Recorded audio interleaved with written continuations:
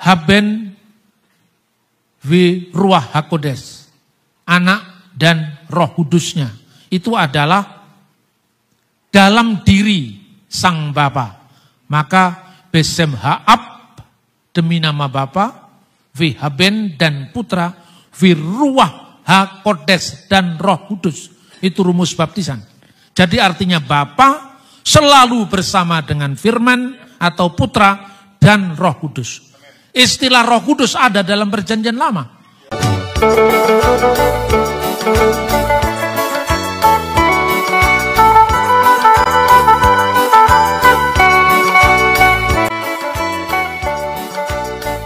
Pak Bambang, Tuhan memberkati. Shalom, silakan duduk kembali saudara-saudara.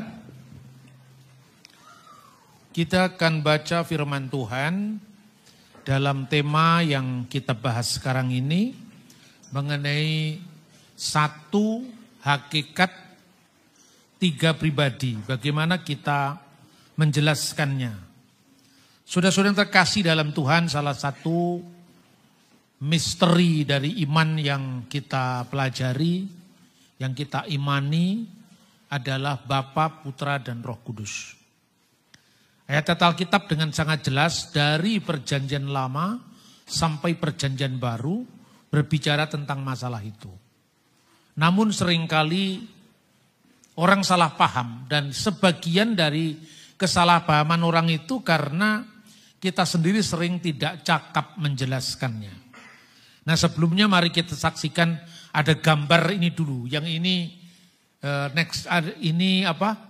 menjadi batu sandungan bagi banyak orang di luar kekristenan. Mungkin gambar ini memang lahir dari kebebasan seorang seniman. Berarti kan kalau depan itu pasti benar. Karena Yesus firman yang menjadi manusia maka bisa digambar. Tapi yang sebelah kiri Bapak lihat. Gambar Yesus di atasnya salib itu betul. Karena firman menjadi manusia. Karya terbesarnya di kayu salib. Kemudian yang di tengah itu Roh Kudus dalam bentuk burung merpati. Itu pasti benar.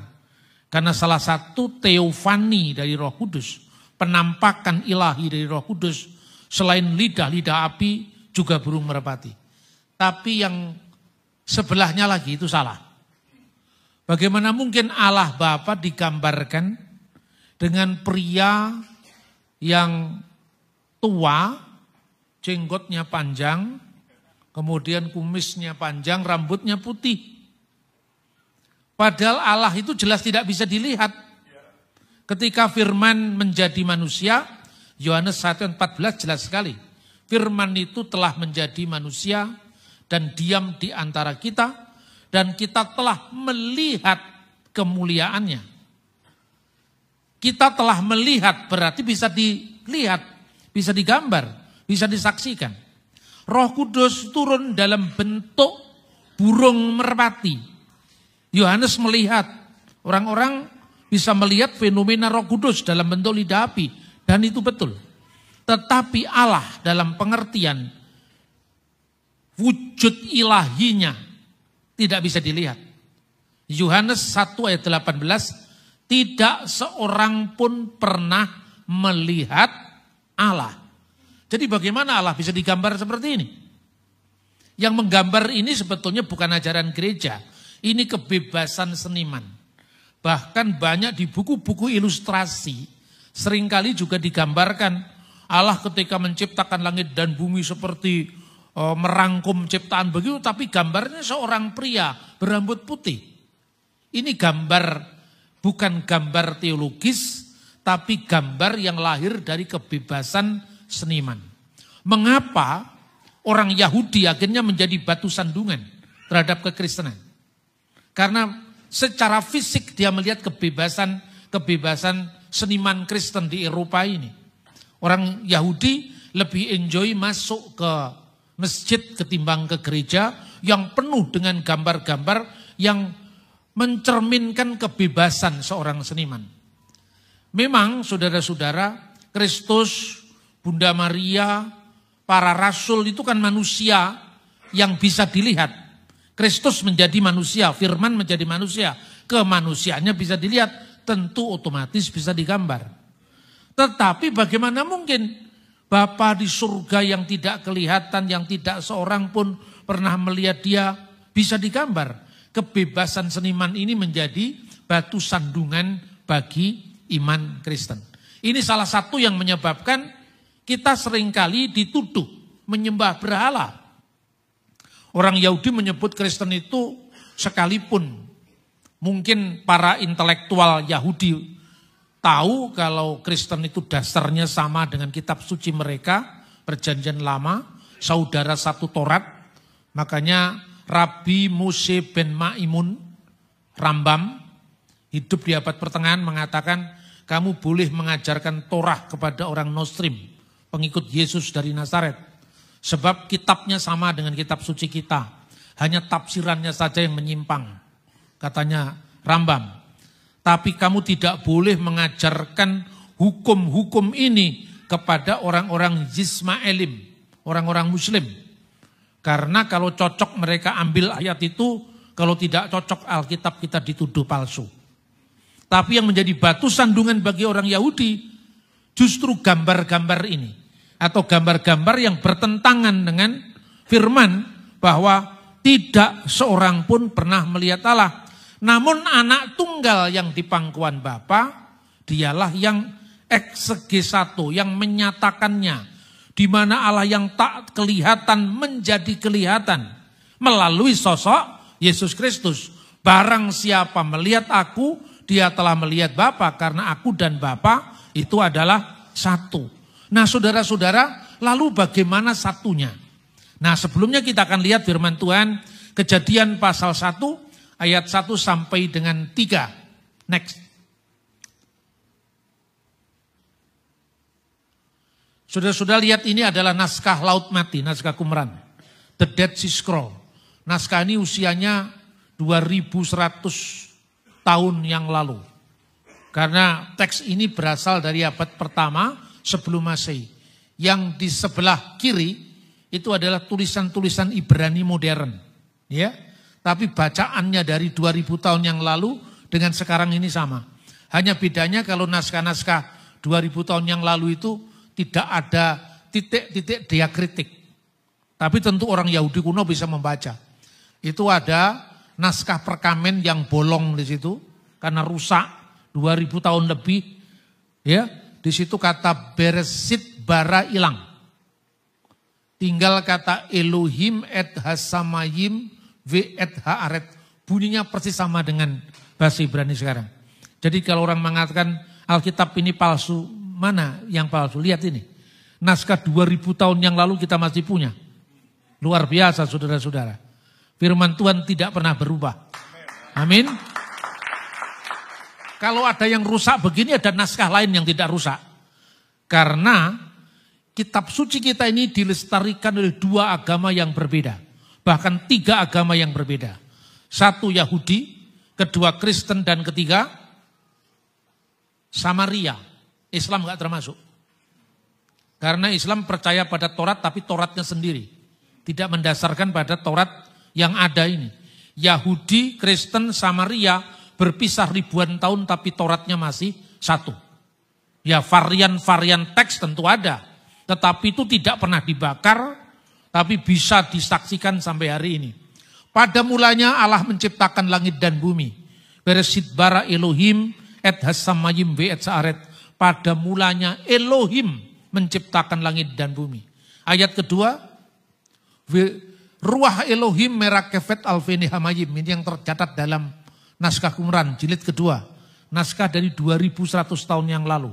Ketika bumi belum berbentuk dan kosong, kegelapan atau gelap gulita menutupi samudra raya, wiruah Elohim, roh Allah, melayang-layang di atas permukaan air.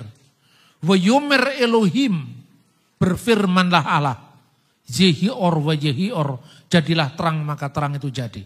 Elohim, ruah Elohim, wayomer Elohim. Allah, roh Allah, firman Allah. Clear? Itu dari zaman ke zaman Allah selalu berkarya, menciptakan, memelihara, melalui firman dan rohnya. Kemudian next, Mazmur pasal 33 ayat 6. Bidefar Adonai semayim na'asu. Dengan firman Tuhan langit dijadikan. Di sini ada kata dafar, firman. Dan Adonai, Tuhan. Lalu oleh nafas dari mulutnya. Bahasa aslinya ube ruah pifkal sebaam. Dengan roh dari mulutnya segala bala tentaranya. Artinya apa? Roh Allah,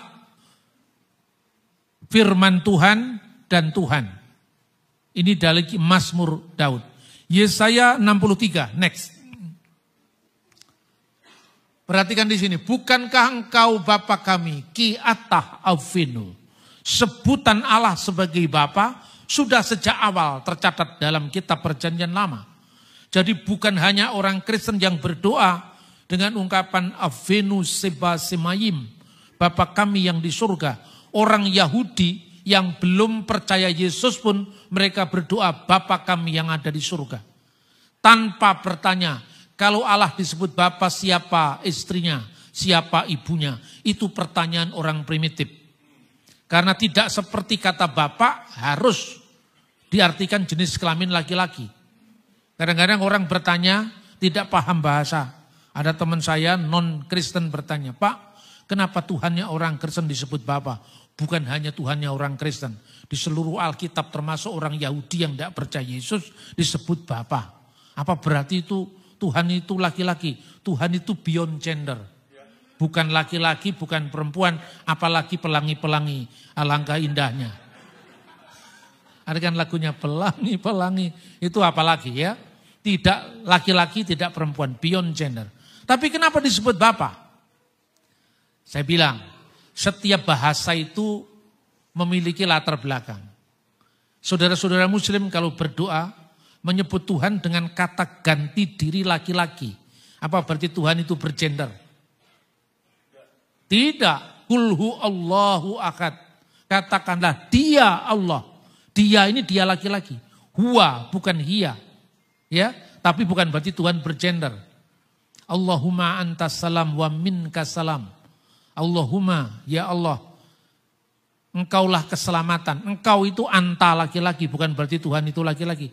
Tapi kan Yesus laki-laki. Yesus itu firman yang menjadi manusia. Kemanusiaannya laki-laki. Tapi kalau Allah, firman, dan rohnya tidak ada jenis kelamin. Itu beyond gender. Maka di sini atah avinu, engkaulah Bapakku. Sungguh Abraham tidak tahu apa-apa tentang kami dan Israel tidak mengenal kami. Ya Tuhan, engkau sendiri Bapa kami. Namamu ialah penebus kami sejak dahulu kala. Tuhan disebut Bapa kami. Avinu, go alenu, me olam semeha. Penebus. Penebus itu aktivitas firman yang menjadi manusia. Jadi Bapa, sang penebus. Lalu Yesaya 63:10. Tetapi mereka memberontak dan mendukakan Roh Kudusnya. Yang berduka, yang artinya merasa, itu sesuatu yang berpribadi. Amin. Jadi Roh Kudus itu bukan sekedar kuasa aktif dalam diri Allah yang tidak berpribadi seperti pandangan saksi Yehova. Tetapi pribadi. Tapi bagaimana nanti pribadi itu kita pahami, kita akan bahas lebih lanjut. Bukan pribadi dalam pengertian seperti pribadi manusia yang terpisah. Maka ia berubah menjadi musuh mereka dan ia sendiri berperang melawan mereka. Lalu Yesaya 63:11. Di manakah ia menaruh Roh Kudusnya dalam hati mereka. Perhatikan, kata Roh Kudus dalam Perjanjian Lama sudah muncul. Bukan sekedar wiruah Elohim dan roh Allah. Atau roh Tuhan, ruah Adonai. Tapi ruah HaKodes. Maka di mana salahnya kekristenan? Ketika menyebut Tuhan itu sebagai Bapa dan Anak dan Roh Kudus. Haben wiruah HaKodes. Anak dan Roh Kudusnya. Itu adalah dalam diri sang Bapa. Maka besem ha'ab demi nama Bapa, Haben dan Putra, Ruach HaKodes dan Roh Kudus. Itu rumus baptisan. Jadi artinya Bapa selalu bersama dengan Firman atau Putra dan Roh Kudus. Istilah Roh Kudus ada dalam Perjanjian Lama, bukan ciptaan gereja. Next.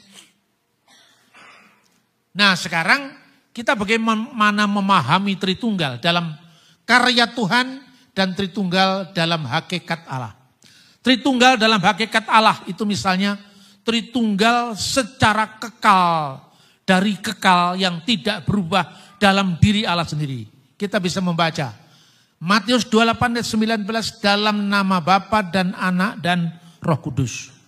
Kemarin saya sampaikan, kata yang diterjemahkan dalam nama itu bentuknya tunggal. Ya, esto onoma, dalam nama, in the name of the Father and the Son and the Holy Spirit. Jadi Father, Son and the Holy Spirit adalah one God. Tuhan yang satu, Allah yang esa. Itu Tritunggal dalam keabadian. Lalu Tritunggal dalam ibadah gereja. Sejak awal mula, bukan pada konsili Nikia, bukan pada konsili Konstantinopel. Sejak awal mula, gereja sudah beribadah seperti tercatat dalam surat Paulus. Kasih karunia Tuhan Yesus dan kasih Allah dan persekutuan Roh Kudus menyertai engkau sekalian. Nikmatur Rabbuna Yesus Al-Masih wa mahabbatullah wa sarikatur Rohil Kudus ma'akum ajmain. Amin. 1 Korintus pasal 13 ayat 13. 2 Korintus, sorry. Lalu, siapakah Yesus yang kekal, firman Allah, yang dalam diri Allah? Maka Yesus mengatakan sebagai firman, aku keluar dan datang dari Allah. Aku yang keluar dari Allah. Pada Allah tidak bisa dilihat. Allah itu roh. Maka aku yang keluar dari Allah itu bukan tubuh kemanusiaan Yesus yang datang ke dunia. Yang keluar dari Allah itu firman Allah yang bersama-sama dengan Allah. Dan firman Allah itu adalah Allah. Seperti pikiran saya ada dalam diri saya. Lalu pikiran saya dituliskan dalam bentuk buku. Kertasnya bukanlah saya. Yang satu dengan saya bukan kertasnya buku saya, tapi pikiran saya. Namun siapa yang membaca buku saya, dia mengerti pikiran saya. Pikiran saya yang satu dengan saya, kertasnya bukanlah saya. Kertasnya bisa rusak, tapi pikiran saya sekalipun buku saya hancur, buku saya dibakar, tapi pikiran saya tidak ikut terbakar. Ketika firman menjadi manusia, dia dibunuh dalam keadaannya sebagai manusia. 1 Petrus pasal 3:18. Dibunuh dalam keadaannya sebagai manusia. Tapi Allah tidak ikut terbunuh, Allah tidak mati. Karena Allah tidak tersentuh oleh maut. Tetapi kemanusiaan Yesus yang dikenakan oleh Sang Sabda yang menjadi manusia, dialah yang dibunuh dalam keadaannya sebagai manusia tadi. Lalu saudara-saudara, kalau kemanusiaan, kalau keilahian Yesus itu keluar dari Allah sebagai firman Allah, pertanyaannya, kemanusiaan Yesus keluar dari mana? Kemanusiaannya keluar dari Bunda Maria. Makanya dalam Lukas pasal 1 ayat 42, diberkatilah buah rahimmu. Siapakah buah rahim Bunda Maria? Kristus sebagai manusia. Kemanusiaan Yesus disebut Ibnu Maryam, putranya Maria. Jadi benar kalau dikatakan Yesus itu anaknya Maria secara manusia. Tapi sebagai firman Allah, Yesus dikenal sebagai anak Allah. Itulah sebabnya nanti gereja dibimbing oleh Roh Kudus tiba pada kesimpulan Yesus sepenuhnya Allah dan sepenuhnya manusia. Inilah Tritunggal dalam konteks keabadian. Lalu Roh Kudus, roh kebenaran yang keluar dari Bapa. Yohanes pasal 15 ayat 26. Berarti asalnya Roh Kudus, asalnya firman Allah, yaitu dari Allah yang satu tadi. Seperti manusia dengan pikirannya atau jiwa berfikirnya Maka tubuh, jiwa, dan roh satu adanya. Meskipun Allah bukan manusia, ya kan? Tapi saya, pikiran saya dan roh saya nggak bisa berdialog. Karena itu maka manusia kesepian. Karena tidak bisa dialog. Orang kalau sepi itu menyiksa. Makanya ada lagunya, sunyi sepi sendiri, bener nggak? Manusia kenapa bisa kesepian? Karena pribadinya sendiri satu tidak jamak seperti Tuhan. Tuhan antara firman-Nya, rohnya, dan Tuhan sendiri itu dalam lingkaran kekal yang abadi. Ada hubungan kasih yang abadi. Pertanyaannya sekarang, Tuhan itu kasih kan? Allah itu kasih. Kasih itu kan butuh objek, yaitu yang dikasih. Lah waktu Tuhan belum menciptakan alam semesta, belum ada manusia, belum ada malaikat, belum ada langit bumi. Siapa yang dikasihi Tuhan? Kalau kasih itu kekal. Ya manusia, manusia belum ada. Ya sebelum manusia malaikat juga belum ada. Ya pokoknya yang lain belum ada, wong Tuhan sendiri. Siapa yang dikasihani? Tidak ada, berarti itu kasih yang bertepuk sebelah tangan. Benar tidak? Ini mulai dalam pikirannya. Karena menjadi Kristen itu enggak gampang seperti yang dipikirkan orang. Kalau Tuhan itu punya anak, siapa bidannya? Itu terlalu primitif kalau gitu. Ya kan? Allah itu mengasihi berarti ada yang mengasihi, ada yang dikasihi, dan ada kasih yang disalurkan. Yang mengasihi, yang dikasih, dan kasih. 3 aspek. Roh Kudus itulah kasih. Bapa itu yang mengasihi, dan putra itu sasaran kasih. Maka Tuhan tidak kesepian. Nanti kalau orang mendengar nih, misalnya di online, wah ini di otak-atik supaya cocok. Mana di otak-atik, semua juga ada teksnya sekarang. Apa Tuhan itu penting? Tuhan itu esa itu penting. Orang nanya ke saya, sangat penting Pak. Kamu pikir 2 kali. Apakah Tuhan Maha Esa itu penting? Sangat penting Pak. Esa itu artinya apa sih? Satu. Adanya satu itu ternyata harus ada yang lain.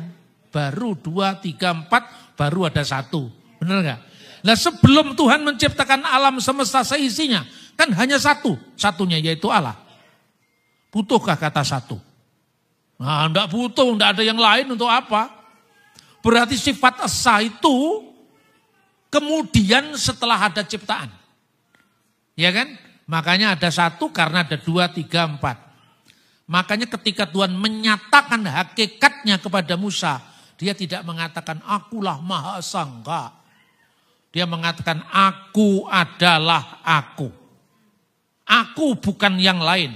Aku adalah diriku yang mutlak, yang ada, yang sudah ada, dan yang akan datang, yang maha kuasa. Itulah Tuhan. Jadi keberadaan Tuhan mendahului hitungan 1, 2, 3. Pak Gendut naik kuda. Paham sudah saudara? Jadi untuk apa kata satu sebelum yang lain belum ada? Itulah yang hendak diungkap dalam misteri Allah Tritunggal. Ini memang harus pelan-pelan. Sambil minum kopi. Ya. Sambil merenung, habis merenung berdoa lagi. Mohon pimpinan Roh Kudus untuk merenungkan misteri Tuhan yang luar biasa. Lalu ada Tritunggal dalam bentuk karya Allah. Nah ini yang seringkali orang menjadi salah paham ya. Nanti karena salah paham antara Tritunggal dalam hakikat dan Tritunggal dalam karya, muncullah aliran yang namanya Oneness. Itu karena mengaburkan yang satu dan yang dua. Lah sekarang Tritunggal dalam karya Allah itu apa? Tritunggal dalam karya yang bisa dilihat oleh ciptaannya. Misalnya, pada waktu itu juga bergembiralah Yesus dalam Roh Kudus dan dia berkata, aku bersyukur kepadamu Bapa Tuhan langit dan bumi. Lukas 10 ayat 21. Jadi di situ Yesus dalam kemanusiaannya dia berdoa dalam Roh Kudus doanya karena dalam kemanusiaannya Roh Kudus datang dalam bentuk burung merpati. Lalu yang menjadi sasaran daripada apa yang dimohonkan kemanusiaan Yesus, Bapa Tuhan atas langit dan bumi. Saat baptisan, Yesus dalam wujud inkarnasinya. Matius 1:23, anak laki-laki yang akan dilahirkan Maria itu akan disebut Yesus karena dia yang akan menyelamatkan umatnya. Jadi Yesus itu sebutan firman yang menjadi manusia. Maka Yesus dibaptiskan, lalu Roh Kudus berteofani dalam bentuk burung merpati, dan Bapa di surga berseru, engkaulah anakku, kepadamulah aku berkenan.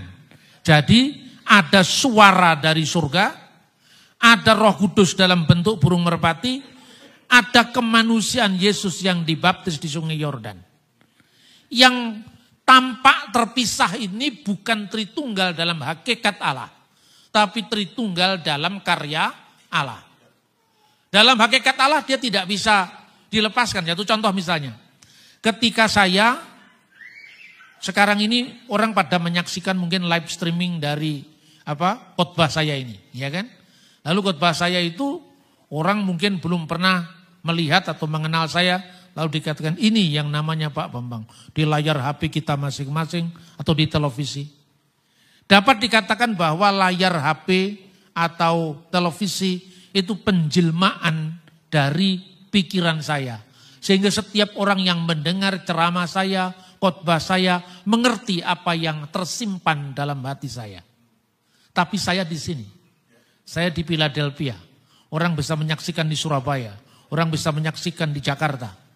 Saya bisa hadir di ribuan tempat yang berbeda-beda lewat penampakan saya, lewat teknologi canggih ini.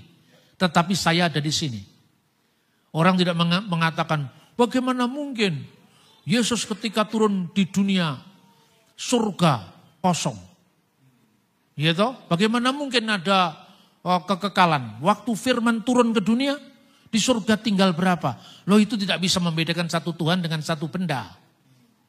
Tuhan itu tidak terikat oleh ruang, tidak terikat oleh waktu. Jadi contohnya, kata itulah yang akhirnya diterjemahkan pribadi. Nah, pribadi.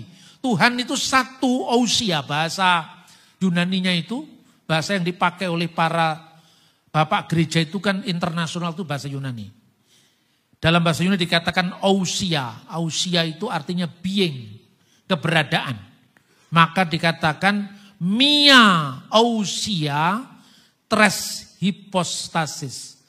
Tres itu 3. Hypostasis lah, ini hipo itu dan istemi. Jadi sesuatu yang berdiri di bawah yang lain. Atau sesuatu yang berada di atas yang lain. Itu artinya. Jadi subeksistensi. Ini dulu, tapi kalau Bapak Ibu tidak langsung bisa nangkap yang saya sampaikan, tenang aja. Tetap bisa masuk surga. Tapi artinya kerumitan ini harus dibahas juga daripada kita keliru ya. Jadi Tuhan itu satu being, satu keberadaan dari pribadi. Itu maknanya prosopon itu pribadi. Duh, kata pribadi itu gimana Pak? Misalnya pribadi saya, pribadi Pak Lukas, pribadi Pak Alek, itu kan 3 pribadi yang terpisah. Itu pribadi manusia yang terpisah itu. Tuhan itu tidak terikat ruang, tidak terikat waktu. Jadi kalau Tuhan di sini, Tuhan juga bisa di tempat lain. Tuhan tidak terikat oleh ruang, tidak terikat oleh waktu. Karena Tuhan itu omnipresent. Ya, dia hadir di mana-mana. Dulu kita diajari nyanyi lagu Pentakosta lama. Di seluruh dunia Roh Allah bekerja.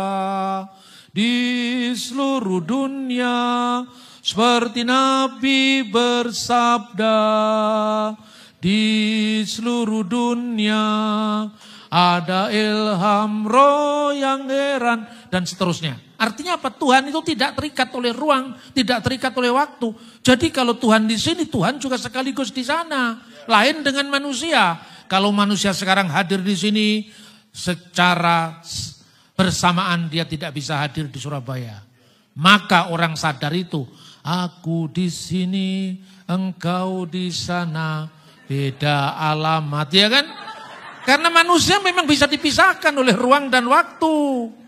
Nah, kita mesti paham ini satu-satu ya. Lalu itu bahasa Yunani. Bahasa yang dipakai untuk dokumen-dokumen gereja ketika bersidang, berdiskusi pada waktu itu. Namun sesungguhnya Yesus tidak berbicara lebih banyak kecuali dalam bahasa Aramaik. Tapi bahasa ini juga dipakai sampai hari ini di gereja-gereja. Kalau saudara pergi ke Lebanon, di sana ada gereja Maronite. Itu gerejanya penyair besar abad lalu namanya Khalil Gibran. Yang nulis buku Jesus the Son of Man. Itu Kristen itu. Dari Lebanon. Gereja Maronite. Salah satu puisinya, syairnya itu dia mengatakan Qul la ilaha illallah wa la sayan illallah wa kun masihiyan. Katakanlah tidak ada ilah selain Allah.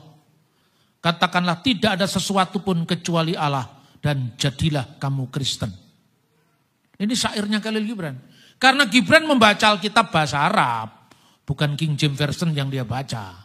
Dia baca Alkitab bahasa Arab, 1 Korintus pasal 8 ayat 4 punya wa alla ilaha illallahul ahad, dan tidak ada ilah lain kecuali Allah yang esa. Jadi itu bukan hanya istilah Islam, itu istilah Arab.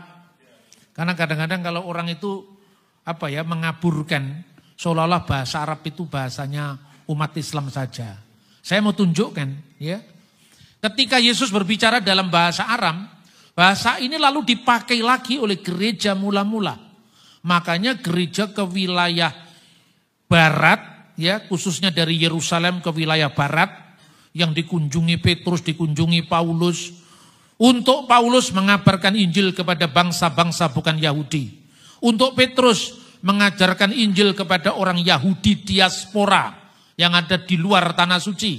Makanya alamatnya surat Rasul Petrus, 1 Petrus pasal 1 ayat 1, kepada orang-orang perantauan diaspora. Yang ada di mana? Yang ada di Kapadokia, yang ada di Asia Kecil, yang ada di Bitinia. Itulah yang dikunjungi oleh Petrus. Karena Petrus ke wilayah barat, dia punya juru bahasa, penerjemah. Namanya Markus, penulis Injil kedua. Jadi kalau kita detilkan menarik sekali.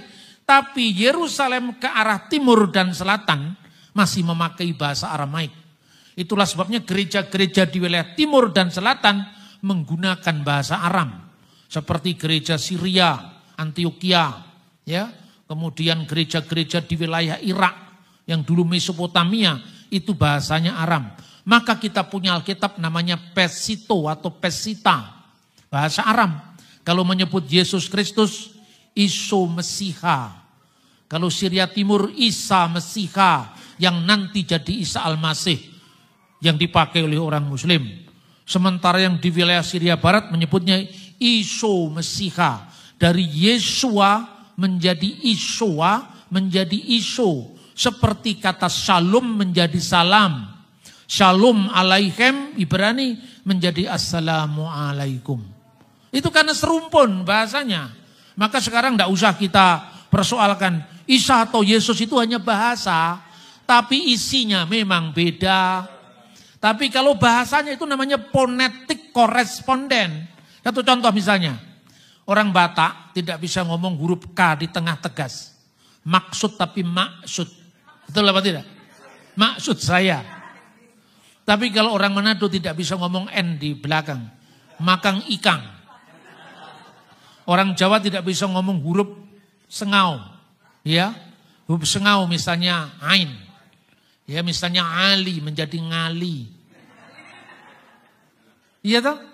Orang Sunda tidak bisa ngomong huruf F tapi tipi. Orang Bali tidak bisa ngomong huruf T dan T, nggak bisa dibedakan. Maka toko-toko sepatu di Kuta pada tutup hari Sabtu. Itu namanya ketebasan pronunciation. Orang-orang Tionghoa kalau mengucapkan Yesus S-nya hilang. Fong Chu Yesu Tekmi. Itu in the name of Jesus Christ. Bener gak? Ini gak usah disalahkan, namanya lidah kok. Memang lidah tak bertulang. Jadi makanya pronunciation-nya beda-beda.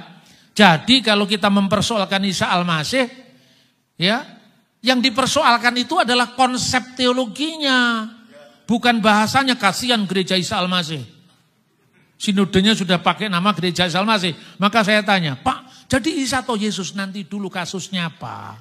Yang kamu persoalkan bahasanya atau teologinya?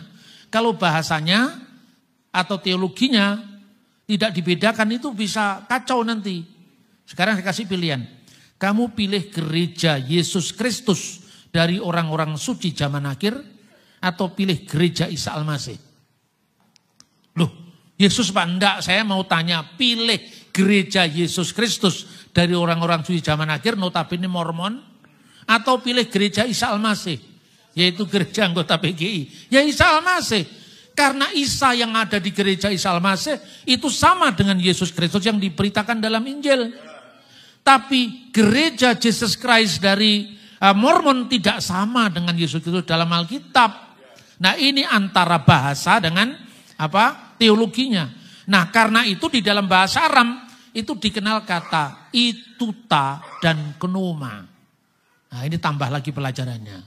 Ituta itu artinya being, keberadaan. Kenoma itu artinya pribadi. Jadi maka dalam gereja-gereja berbahasa Aram, Tritunggal itu dirumuskan dengan hat ituta telata kenome. Nah, kenome itu kata jamak dari kenoma. Inilah yang menjadi bahasa Arab talata akonim. Akonim itu kata jamak dari uknum. Uknum menjadi bahasa Indonesia oknum. Tapi oknum dalam kajian teologi Kristiani tidak sama persis dengan oknum bahasa sehari-hari. Satu contoh, orang Kristen ditanya, Tuhanmu berapa? 1 Pak Tuhan kami. Tapi 3 oknum. Lah pendengarnya ini orang kebanyakan baru baca majalah, 3 oknum pemuda ketangkap sabu-sabu. Sama apa tidak? Oknumnya beda karena bahasa itu kan berkembang. Begitu juga kata Inggris person, personality. Kalau Tritunggal disebut dalam 3 person, bukan psychological personality, but metaphysical personality. Kalau psikologis itu 1 oknum dengan oknum yang lain terpisah. Oknum Pak Lukas, oknum Pak Bambang, oknum Pak Alek, ini 3 yang terpisah. Tapi kalau yang dimaksud dengan Allah Tritunggal bukan itu. Makanya kita memang menggunakan bahasa modern, tapi jangan kehilangan akar sejarahnya. Itulah yang terjadi pada bahasa Latin. Ada seorang penulis teolog ya, abad kedua, awal abad ketiga, namanya Tertullianus. Tertullian. Tertullian itu bergumul menerjemahkan kata Yunani hipostasis dan proposon ini menjadi bahasa Latin apa? Lalu diterjemahkan mia ousia tres hypostasis, diterjemahkan dengan bahasa Latin una substantia tres personae. Una substantia, 1 substan, 1 substansi, 3 persona. Tapi persona dalam bahasa Latin itu agak beda dengan bahasa Yunani. Prosopon, bahasa Yunani hipostasios. Dalam bahasa Yunani hipostasis dan prosopon itu dibedakan. Cuma keduanya bermasalah juga. Kalau kata hipostasios itu hanya menegaskan belum sebetulnya maknanya belum sepenuhnya sama dengan pribadi. Itu subeksistensi sebetulnya maknanya itu. Hipoistemi, bagian dari yang lain. Jadi belum menegaskan aspek personalnya, tapi baru menegaskan aspek ini bagian dari yang lain. Baru prosopon. Prosopon itu artinya bisa pribadi, tapi bahaya juga. Kata ini artinya juga bisa topeng. Nah kalau diterjemahkan prosopon ini topeng, berarti ini modalisme. Jadi seolah-olah Tuhan itu satu, tapi kalau di rumah dia jadi bapak, namanya Bapak, kalau misalnya saya. Kalau di sekolah saya menjadi dosen, jadi Pak dosen. Kalau di rumah saya punya anak, disebut Bapak. Tapi kalau di rumah saya punya istri yang bersama-sama di situ disebut suami. Suami, bapak, satunya lagi dosen. Kan tidak 3 Pak, tapi 1. Iya, tapi itu bahaya. Bisa menjadi tak terhingga yang tunggal. Sebab kalau di rumah itu ada mertua saya, di situ ada saya adalah menantu. Kalau di rumah itu ada ibu kandung saya anak, bukan hanya bapak. Ini kan kacau. Nah, maka kata ini pengertiannya apa? Inilah carut marut dari gereja mula-mula sampai terjadi perpisahan timur dan barat, timur dengan timur, antara non Kalsedon dengan Kalsedon. Ini karena belum tuntasnya bahasa metafisik ini. Maka ketika saya mengajar di gereja, kadang-kadang lihat segmennya. Kalau segmennya mulai lebih menengah ke atas, saya sampaikan dengan bahasa-bahasa seperti yang dipergumulkan oleh Bapak Gereja. Tapi kalau untuk jemaat awam saya cuma mengatakan seperti matahari, kita lihat dari sinarnya dan kita bisa merasakan dari panasnya. Sudah, kalau clear nggak tanya lagi, sudah diam minum kopi, nggak usah dilanjutkan. Nanti kalau dia tanya lagi diperdalam lagi. Lah itu saudara-saudara, makanya kata oknum itu dari bahasa Arab menjadi bahasa Indonesia. Tapi kalau saudara-saudara pergi ke Mesir, ke Syria, kata oknum tidak pernah dipakai untuk pribadi yang terpisah. Pribadi yang terpisah itu bahasa Arabnya adalah saksun. Saksun itu pribadi yang terpisah, psikologis. Tapi kalau oknum hanya dipakai untuk teologi. Makanya kalau kita membaca teks bahasa Arab, kata oknum tidak ada di dalam Quran, tidak ada dalam hadis, tidak ada dalam bahasa Arab Islam. Itu cuma ada di bahasa Arabnya orang-orang Kristen. Atau paling tidak kalau kita membahas tentang metafisika baru muncul. Nah jadi tidak mudah. Karena tidak mudahnya itu, Tertullian mengatakan bahasa Latin itu kan bahasa hukum waktu itu. Maka kalau kita belajar sampai hari ini pun di Indonesia, di Belanda, yang dulunya dari Eropa itu, semua istilah hukum dari bahasa Latin. Misalnya asas legalitas, nullum delictum bahasa Latin. Karena itu bahasa hukum tepat. Jadi kira-kira bahasa Latin itu cocok untuk orang Batak. Bahasanya saklek gitu. Terus kalau bahasa hukum itu kan tidak boleh multitafsir. Tapi itulah kesulitan ketika firman Tuhan yang mengungkap misteri Allah yang tak kelihatan ini diterjemahkan dalam bahasa Latin. Bahasa Yunani lebih kaya. Bahasa Aramaik lebih kaya. Begitu bahasa Latin. Persona itu maknanya seperti persona yang satu terpisah dengan yang lain. Maka terpaksalah Tertullian menggunakan kata itu, namun diberi frasa penjelas. Una substantia tres persona. Satu substansi dalam 3 persona, diskresi non separati, distingsi non divisi.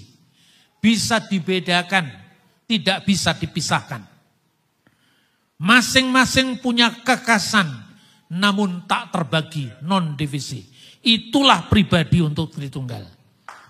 Amin. Jadi misteri Allah itu tidak bisa ditangkap dengan keterbatasan bahasa kita, namun bisa disederhanakan dengan penjelasan yang lebih simpel. Misalnya, tadi pagi kita membaca Konsili Nicea. Dan aku percaya akan satu Tuhan, Yesus Kristus, anak Allah yang tunggal, yang diperanakkan dari Bapa, sebelum segala abad, Allah dari Allah, terang dari terang, Allah sejati dari Allah sejati, dilahirkan tidak diciptakan. Luar biasa konsili ini. Terang dari terang itu simbol. Apakah itu dalam Alkitab? Sejauh ada dalam Alkitab dipakai istilah itu. Bukankah dikatakan Allah itu bertakhta di atas terang yang tak terhampiri? Bukankah pula Yesus dikatakan akulah terang dunia? Berarti Yesuslah terang sebagai putra yang memancar dari sumbernya terang, yaitu Bapa. Dilahirkan dari sang Bapa. Mana ada orang lahir dari Bapa? Iya kan? Orang lahir kan semua dari mama. Kok bisa lahir dari Bapa? Iya berarti bukan kelahiran biasa. Maka dikatakan sebelum segala abad, artinya bukan kelahiran fisik. Karena Allah itu tidak beranak dan tidak diperanakkan secara fisik. Saya menjelaskan begini di pesantren loh saudara-saudara. Sambil gelak tawa. Jadi artinya apa Pak Bambang? Ya kalau di dalam bahasa Arab itu pengakuan imannya kan begini. Wa uminu bi Yesu al-Masih ibnullahul wahid al-mauludu minal abi qabla kulli tuhur. Yang dia aku percaya akan satu Tuhan yaitu Yesus Kristus. Nah, teman-teman yang belum terbiasa lupa, ada Arabnya ya Pak. Saya tunjukkan buku ini kamu baca sendiri. Nah, itu saya tunjukkan buku teologi pakai bahasa Arab. Ini untuk jembatan komunikasi. Lalu mereka bertanya, oh ya ada ya. Wulida minal ab, lahir dari Bapa. Al-mauludu minal ab qabla kulli tuhur, sebelum segala zaman. Lalu nur min nur, terang dari terang. Lalu al-mauludu ghairil makhluk, dilahirkan tidak diciptakan. Lah kenapa? Kalau saya beri contoh. Kamu katakan Pancasila itu lahir dari pikiran Bung Karno. Siapa ibunya Pancasila? Ayo sekarang. Lahirnya gagasan tidak butuh hubungan seksual. Lahirnya gagasan bukan biologis. Tapi kalau lahirnya Pak Ogah butuh ibu. Bedakan antara kelahiran yang non fisik dengan kelahiran fisik, maka sebelum segala abad. Nanti pada saat konsili berikutnya di Efesus baru dibahas tentang hubungan antara kemanusiaan Yesus dengan keilahiannya sebagai firman. Lalu frasanya begini, kalimatullah firman Allah, al-mauludu minal ab qabla duhur, qabla kulli duhur, sebelum segala abad. Wulida min ab ilahan bi ghairi jasad duna ayyullada min jasadan bi ghairi ab. Jadi putra firman Allah lahir dari Bapa secara ilahi tanpa jasad, tanpa seorang ibu. Apa artinya? Lahirnya firman Allah dari wujud Allah seperti lahirnya gagasan dari pikiran seseorang. Maka itu untuk menegaskan Allah itu tidak beranak dan tidak diperanakkan secara fisik. Spontan langsung teman-teman itu tepuk tangan semua. Berarti kita sama Pak, Tuhannya tidak beranak, ya tidak beranak secara fisik. Tapi kalau Bung Karno melahirkan Pancasila bukan berarti punya ibu dulu baru ada yang namanya Pancasila. Sebab setiap kali kata anak itu tidak harus berarti beranak loh. Anak tangga, siapa mamanya? Anak kunci, siapa mamanya? Kan tidak butuh seperti itu. Maka hanya orang primitif yang bertanya, bahkan mengejek, kalau Allah punya anak, siapa bidannya? Tidak ada lah yang seprimitif itu. Maka lahir tanpa bapak itu hanya kelahiran ilahi. Divine birth of Jesus Christ. As the Son of God. As the Word of God. As the wisdom of God. Bukan dalam kemanusiaannya. Lalu turun ke dunia. Lahir dari ibu secara jasad. Tanpa seorang bapak. Untuk menegaskan kelahiran yang kedua. Itu kelahiran secara perawaniah. The virgin birth of Jesus Christ. Dari Bunda Maria tanpa bapak, untuk menegaskan anak yang dikandung Bunda Maria bukan dari manusia biasa. Tapi dari Roh Kudus. Anak yang dikandung Bunda Maria kudus. Anak Allah. Bukan anaknya Yusuf suami Maria. Apalagi Yusuf Roni. Jadi iman Kristen itu clear sebetulnya saudara-saudara. Amin saudara-saudara. Segala kemuliaan bagi Bapa dan Putra dan Roh Kudus. Sekarang dan senantiasa serta sepanjang segala masa. Amin. Tepuk tangan yang